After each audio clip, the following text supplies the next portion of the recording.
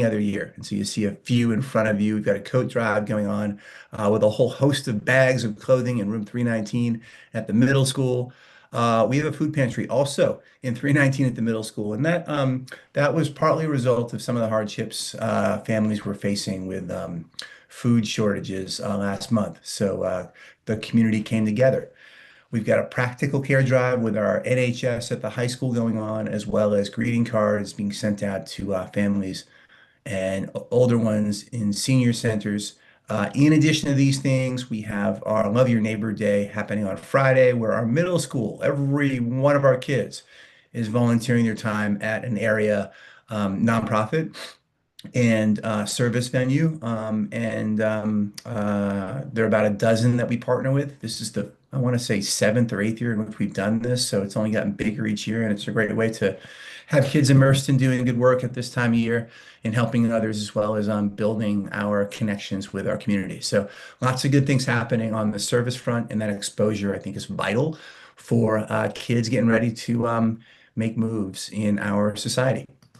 In addition to that, at our high school this past week, we had our biggest ever honor roll ceremony and dinner in our gym with kids and families being really proud of what they accomplished in the first quarter of this past year. And so you see a freshman family on the right and proud of the achievements there. And so I think this bodes well for just us and being a really centered community around kids learning and celebrating that. And so that is another sort form of celebration happening at the school this month. And then finally, we had some kids who are visiting, and this is regular. We have a small group of kids visiting from our eighth grade to our high school in Williamsburg every couple of days. So that's been happening. And so kids have been able to also tour Williamsburg and have some fun and create scenes like this. So all kinds of things going on at school around service, around academic achievement, and connections with the community. And so I'm proud of what we're providing during this busy and festive month. For the meeting tonight, looks similar in run of show to what we've had in the past. We'll start with our data dashboard. We've got a couple of things we'll dive more deeply on. We'll have share outs from our committees, move on to items for approval, and then move into public comment before an executive session where we'll be talking about self-assessment surveys for our board that were completed this summer and fall. So that was discussed with the governance committee this past week, and we look forward to bringing that to the board in executive session later on tonight. So with that, I want to start off with some correspondence coming from Jennifer Marshall, our liaison with state, who's tremendous. I've really enjoyed working with her. She has been super supportive of our school and really helpful in a number of ways. And this is just one way in which she's been helpful. So we corresponded this week, had a couple of questions about enrollment for next year and thinking about whether we might consider changing our max enrollment as a school. And she offered some feedback there. But in addition to that, as we move into our renewal year next year, she offered just some focus for us and her perspective on things that we should certainly prioritize for the coming year. And so what's nice about this is it's completely reinforcing.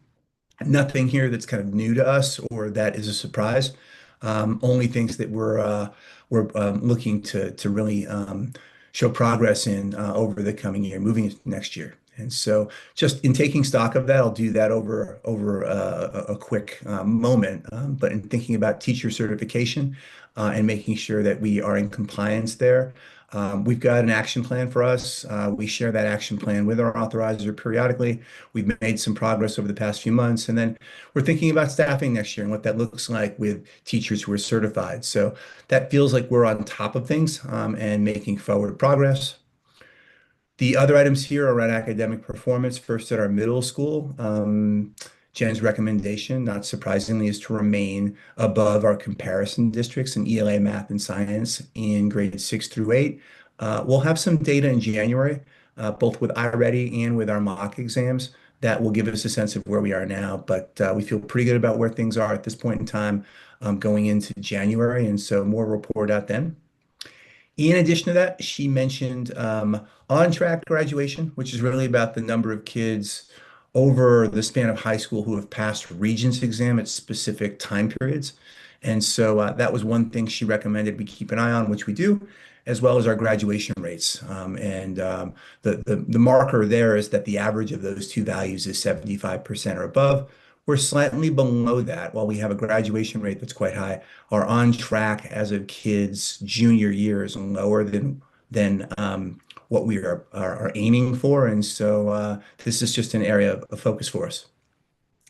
In addition to that, number three here, sort of focusing on chronic absenteeism and suspension rates. We've got an action plan for absenteeism at the high school. I'm going to share out some headlines there tonight.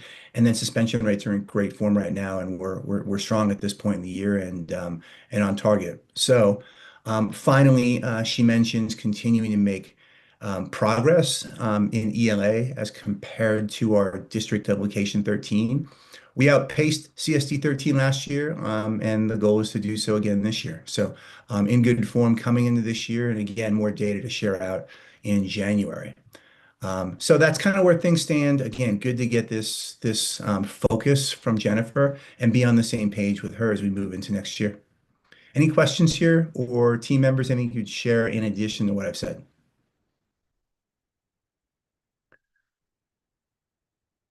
Cool. So what we'll do is we'll move on. So with this data or these markers in mind, let's look at the dashboard for governance as of December. You see that in the screen now, and there are three categories, if you recall, and how we look at this, those markers in which we are currently meeting, partially meeting, or currently not meeting. And so the areas in green or highlighted in green represent areas where we've improved from the last month, where there's been change. Areas in red represent areas where we've perhaps taken a backslide in comparison to our targets for the year. And so right now, I'm looking at suspension rates across the high school. We are well below where we want to stay below. And so we're in a good place there right now. With regard to family participation, we had strong showings during conferences this fall at both sites with some follow-up with families who weren't able to make it. So I feel good about those numbers. For areas where we took a step back, we do have a staff vacancy, one staff vacancy at the high school right now in science that we're actively hiring for. We had zero vacancies last month. And course pass rates at the high school are below target with a close eye on them and interventions happening, but we're waiting to have those interventions result in course pass rates being in the form we want. So those represent the movements this month. I guess, Melissa, would you add anything else to what you see here that would be noteworthy? No, I think that you got it. Cool. So in the slides that were sent to you earlier this evening, you can go through and look at some of the action steps we're taking for the areas that we are partially meeting in or on watch. Those are here. I'm not going to go into those tonight. I'm going to focus in on the three areas that we're currently not meeting and talking through our current status with each of them, as well as our next steps and having them move from not meeting to an area in yellow or green. So the first area is just enrollment, and right now we have sort of solidified our enrollment this year to being between 440 and 445, and have made some concessions budgetarily to sort of even out things and be in good form from a fiscal health perspective. In terms of the actions we've been taking over the past couple of months, you see them listed here. We've got referral incentives in place for families, social media with backfilling as a part of the focus present. Got some check-in calls with our Unity 8th graders from last year, as well as checking in with feeder schools around their alumni and how things are going with them in case they're looking for a better fit school. So that's happening, but I think we're beginning to move into a more deeper focus on recruitment for 26, 27. That's enrollment. Another area that we're looking to make some progress in now would be high school attendance and chronic absenteeism. And so I have, over the past month, taken the lead in developing a systemized series of interventions across different tiers of students, depending on their attendance in quarter one. And we've got different actors at the school who are providing more intensified interventions across those areas. And so those include daily phone calls, in-person phone calls to all students with really solid attendance, but just checking calls to create a connection and underline the fact that being in school every day is critically important. In addition to that, for kids that have attendance that is below where we want them to be, and so I'm thinking specifically about kids who have attendance between 60 and 89%, we are going to be instituting what we call a check-in, check-out intervention, which involves specific adults in the school having caseloads of students where over the course of the week, they're checking in on Monday, making sure kids are feeling strong for the week, building out a goal for the week attendance wise, and helping them kind of work through any barriers that may exist. And then on Fridays, checking in with them again to see how things went, reassess and plan forward for the next week.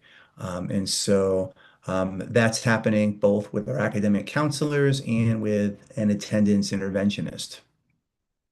And so I feel good about these moves. The idea being that we increase attendance by a couple of points over the course of the next 2 months, and we'll assess from there. But those interventions are being launched right now. Any questions there coming from members of the board or any additional insights team members would want to provide? Cool. Third area relates to course pass rates. I'm going to hand this over to Melissa to provide a status update and actions being taken. Yeah, we saw a little bit of a dip here from quarter one as we launched quarter two. So we're looking at not a huge amount of data. And I will say that we are seeing upward trajectory. Um, Pass rates grew 6% week over week, and fail rates of two or more classes fell 4% week over week.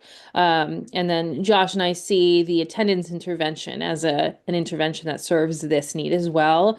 The majority of children who are chronically absent are failing two or more classes, and then only 10% of students who are here all the time are failing two or more classes, 10 or 11%.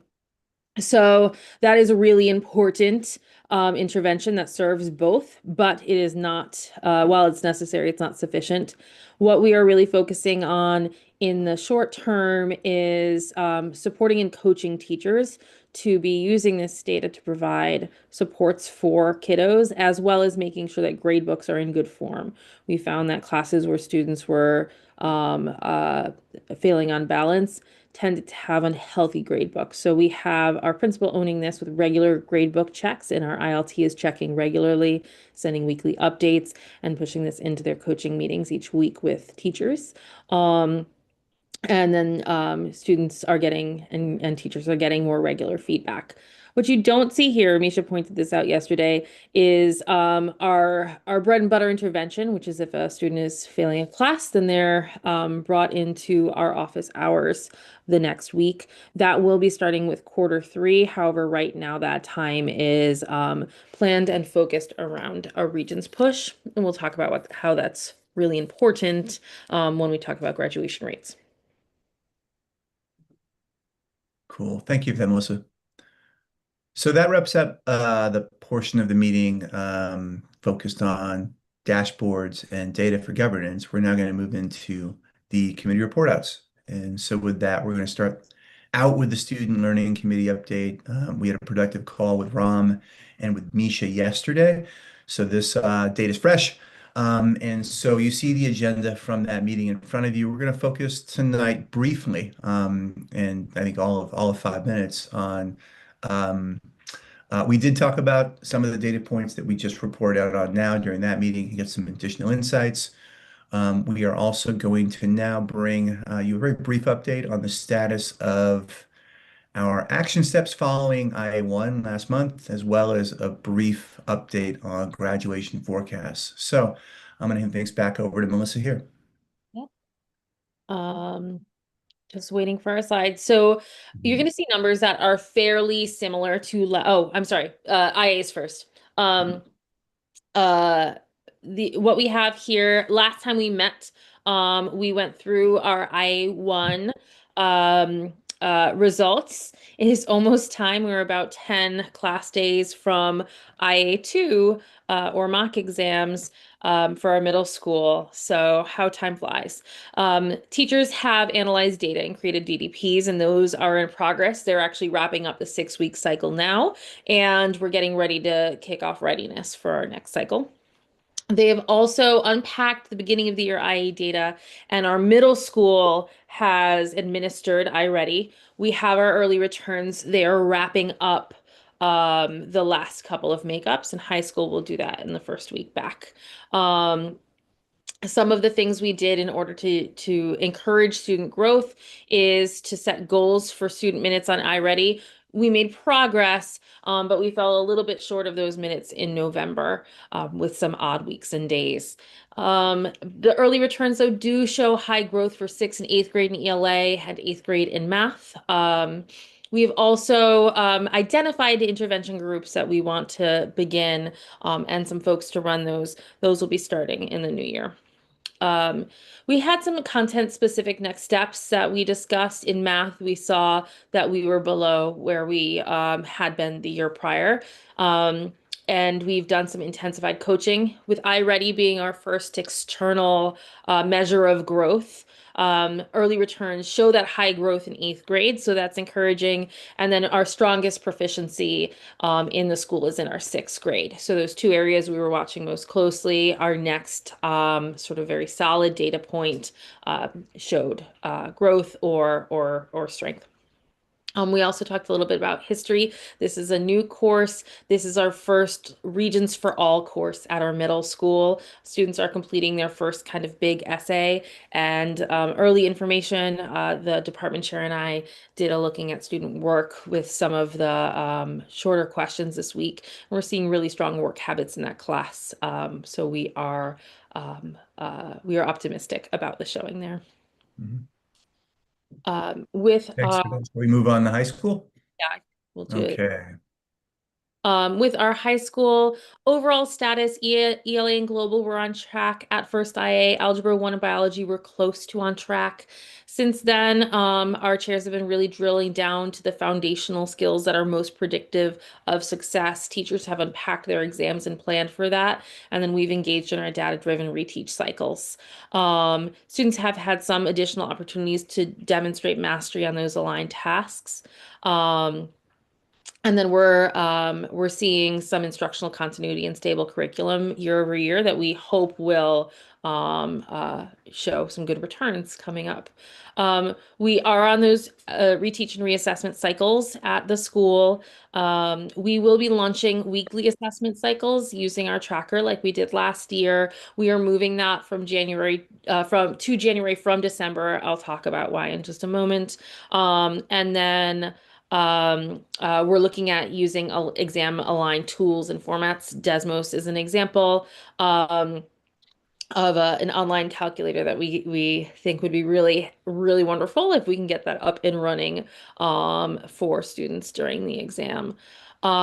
So just wanted to share some watch items or threats that are going on. There is some variation in the depth of the reteach planning we're seeing across classrooms that we want to get ahead of for the next cycle. And then most notably, we have 4 classes we track the most. In 3 of those 4 classes in the month of December, we have either had folks out on extended leaves due to bereavement or have had some medical issues. So we're seeing a little bit of that continuity take a hit right now, which is why we haven't launched our assessment cycles the way we hope to, and we'll be able to in January. Hopefully, everyone will be back and in best possible form when we return from the break and have that 10-day stretch before we launch our first sort of dress rehearsal of the exams for this year, as well as some actual Regents exams. Thank you for that, Melissa. Let's now move into a quick update on graduation forecast for the class 2026. We had so much fun with the first part of our SLC call that we didn't have time for this to discuss yesterday. So we'll bring this up new for the board tonight. And I already started kicking this off because I thought we were going to go in this order. But a lot of similarities to last month because some of the main barriers for kids, we only have certain opportunities to Mhm. move. However, we have been able to move several students onto the on track from the off track bucket before that we were looking at. So we have three students who've moved there and are now solidly on track to graduate because we have administered the CDOS. They're going to be getting a career credential as their fifth Regents exam. And then several students have moved on to on watch where they need perhaps just one Regents exam or they need a class that they have to recover still. Um, we have, though, expanded that cannot graduate in 4 years number to 11%. We identified one student who's been with us for 3 years since his freshman year, but we did not have on our radar that he had done a freshman year at another school. So he's done all of the credits that he has as a high schooler with us. However, he entered a different high school, received no credits in 1 year. So that will count against our graduation rate, bringing our ceiling to 89%. Um, our February meeting will be very telling. By that point, we will have had that Regents opportunity to have students sit for the ones they need to recover, and we'll know if they got those credits that are necessary. And we will also have semester level data on credit accrual, and we'll see if students are far off track at that point. So I expect these numbers to stay similar through January. It's hard to even say that is coming up so soon through January, but in February we will have a very clear look at our path forward. Right now, including today, students who need Regents have been engaging in tutoring that's every Tuesday, Thursday, and for extended periods on certain Wednesdays. And they will also have some supports over break of practice exams, et cetera, to do so that they are ready for that next sitting.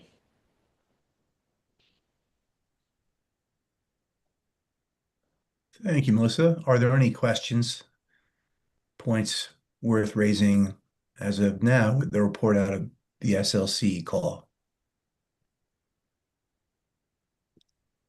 Okay, we'll move things forward then. Next committee report out would be the AFC. You see the agenda in front of you. We're going to provide a brief update on each of these three items, and we'll start with Kristen providing an update on our November financials. Thanks, Josh. Okay, so some good news to report this month. We have made some headway with our year-end projection, but first let's just talk about current month end, November 30th, current year versus prior year. Our net income is slightly above our prior year net income as of November 30th. Part of that's due to just some timing of some expenses. When considered, that leaves us pretty much in line with where we were at last year. So good news there. Our projected year end, we are still projecting a $1.79 million deficit. We've talked about this this is the second year now, I think. The right of use accounting entry that makes that number get a little bit out of whack. So when we pull that number off, which is just an accounting entry on the balance sheet and a little bit on the P&L, and it's offset at F1B, we're really looking at a $40,000 deficit as of year end. That's what we're projecting. So we have made up some of that from our prior month. I think we were about 170,000 last month, so we've made some gains there.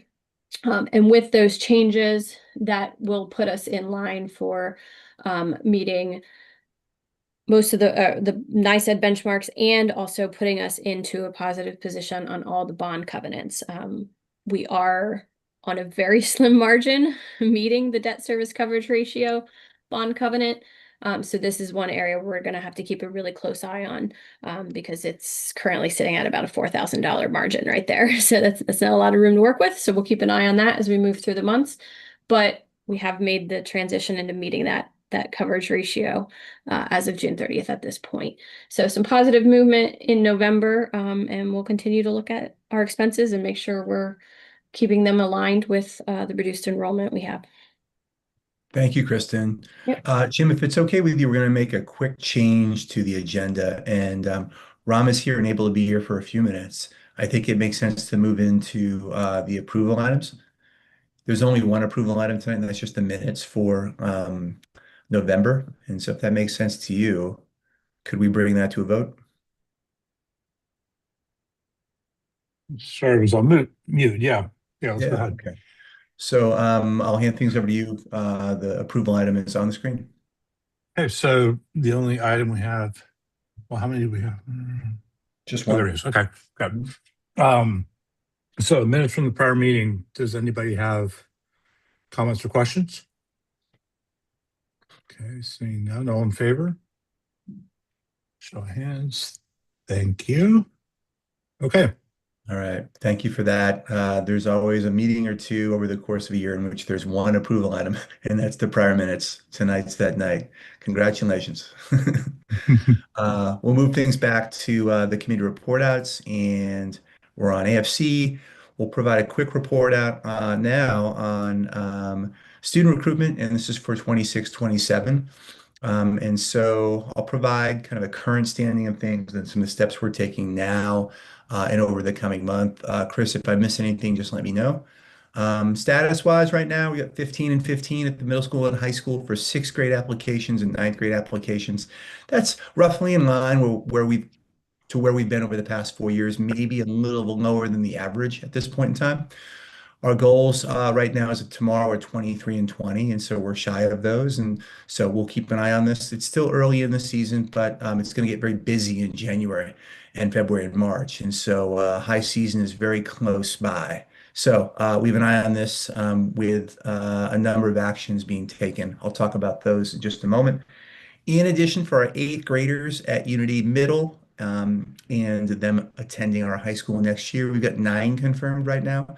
I don't have historical comparisons on this right now, but anecdotally and just based on speaking with kids, families, and with our manager of student recruitment, we've done a good job over the past year with some of the things we've been doing in having a large majority of our students interested in Unity High and also looking at other places too.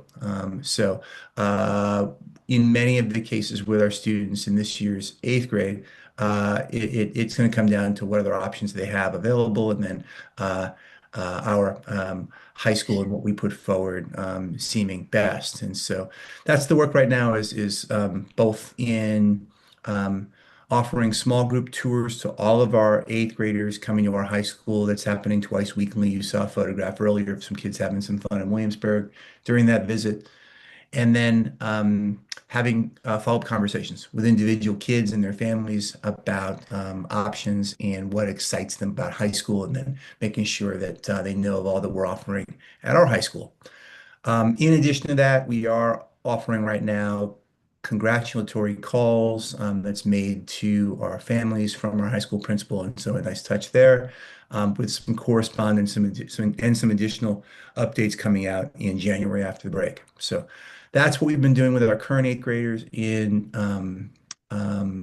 getting them excited about high school and Unity High. At the sixth grade and ninth grade level for students outside of Unity, there are a number of things that we're doing this year, which I think are new or improved from prior years. So right now, earlier than what we've done in the past, we do have some key Unity Middle School staff calling prospective families to cultivate interest among prospective families. That's happening actively now. We've got our student recruitment manager sending updates to our feeder schools about their alumni who are at our school now. And so some fun clips being sent out to counselors there and a warm kind of response from those counselors upon receiving that correspondence. We've got our digital marketing firm continuing to be active on social media. We've got some new signage outside the building right now at our middle school. Our student recruitment manager is enlisting Unity families to flyer on the school's behalf.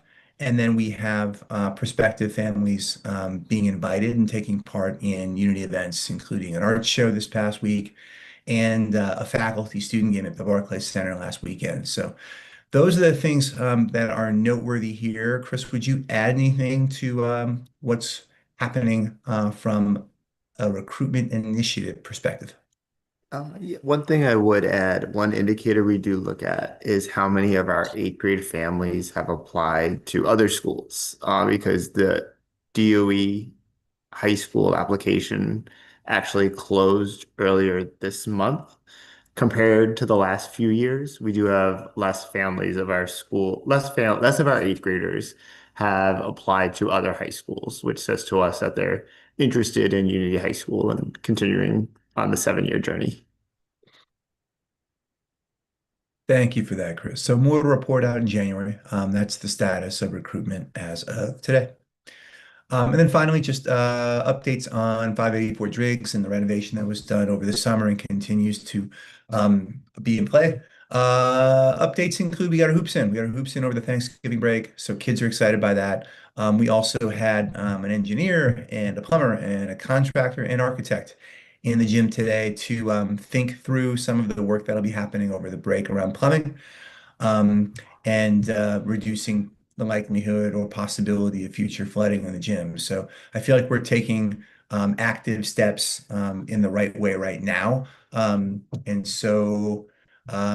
that'll be happening over the course of the next 2 weeks, in addition to some touch-ups in the gym that the contractors who we've worked with will conduct. So that's the status of the gym. We're looking at a ribbon cutting event in mid-February now. I'll say more about that when we get to a development share out. So that's where things are from the AFC discussion last week. Next up, Development Committee. Report outs conclude. I'm going to share out a bit on where we are now fundraising goal-wise, and I'm also going to report out where we are with regard to Giving Tuesday, which is a promising place. We also, as a committee, talked about a ribbon cutting event and a few other cultivation events happening potentially this spring. I'll highlight those very briefly for you tonight. So first, from a fundraising goal standpoint, you see the chart here offers kind of where we are versus our goals and versus last year across 4 different domains: private foundations, public grants, insider donations, and supporter donations. Um, Goals are in orange for the year, and thus far we're in a good place. We have secured roughly $75,000 in private foundations toward the $200,000 goal we have there. Public grant wise, we're not going to be active in that this year, so you'll see a bunch of zeros across the board. And then with regard to insider donations, that's us. Right now, we're at close to $54,000. So I thank those folks for their generosity as of this date right now. And that's more than halfway to our goal as of the end of this year of 100,000. Supporter donations, friends and family of our school. Goal is 150. We're at 41 right now. I expect that number to increase with a few significant donations over the course of the coming 2 weeks based on conversations. So um, the Giving Tuesday initiative that I'll talk a bit more about momentarily, I think has really been good for school, and I'm appreciative of those who have shown their support, partly as a result of the flooding in the gym and partly just as supporters of the school. So that's where things stand now as of December. Let's see. Sal, would you add anything new here based on our conversation last week, Misha? Cool. I'll move us forward then. So we talked about next steps for December, essentially the way in which we're approaching this as a committee and then for the full board is our best path forward to achieving each of those goals across those different domains. And so we do have a pathway or plan for each in how we achieve that. And so we can go into specifics about that offline, but that's been the approach that we've had overall. And in this committee work, which again is only in its second year with the school. With regard to Giving Tuesday, our goal was 150 by December 31st. So we got about 3 weeks until that deadline. We've got a matching pledge of 50,000 based on some folks on the board stepping up and wanting to make this campaign successful. Thus far, as I've said, we raised about $42,000. This is based on 76 donations, And I imagine meeting this goal by the end of December, again, based on correspondence with folks and people's intention to give. So that feels really good. You'll see some next steps in the timeline that we discussed last week as a committee for outreach. And so something going out this week to say thank you, provide an update, and wish everyone well for the holiday. And then something going out on the 28th, close to the end of the new year, as people begin making decisions about any giving they want to do before December 31st. And then a note out on the second, which I anticipate will be a celebratory note saying, we reached our goal. Thank you so much. And come to our gym on the 12th of February and have some fun with us. So that's the work happening right now. Again, I want to thank the development committee for their work here, as well as members of the board for their generosity. It's been a good campaign. With that in mind, as a committee, just to celebrate our progress over the course of the past year, last year we raised $5,000 with Giving Tuesday.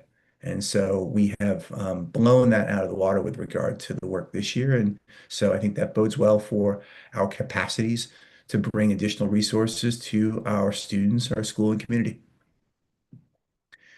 Committee members, would you add anything else around our meeting last week that's noteworthy for the full board? Okay, then. So I'm going to move us on. Let's see. I mentioned ribbon cutting tentatively on February 12th. There are a couple of other events that we did discuss as a committee for um, possible cultivation events with themes. And so I'll just name them tonight, and then we'll be discussing these more if they come to fruition in the coming months. But a couple of ideas that came out of our brainstorm and discussion was a cultivation event around financial literacy and in bringing in a small group of folks who are interested in helping to make this really powerful in a school like ours, and in thinking about ways of doing that. Secondly, we discussed a cultivation event around civic engagement and advocacy. Same general vibe, small number of people with specific interests in this, where it's about bringing this to our small and mighty school in powerful ways. And then finally, we discussed AI and to accelerate learning and bringing together people who have that interest and thinking about the ways in which we bring that to our school. So some good ideas that we're going to look to act on in a way that feels fitting and reasonable for us in the coming year.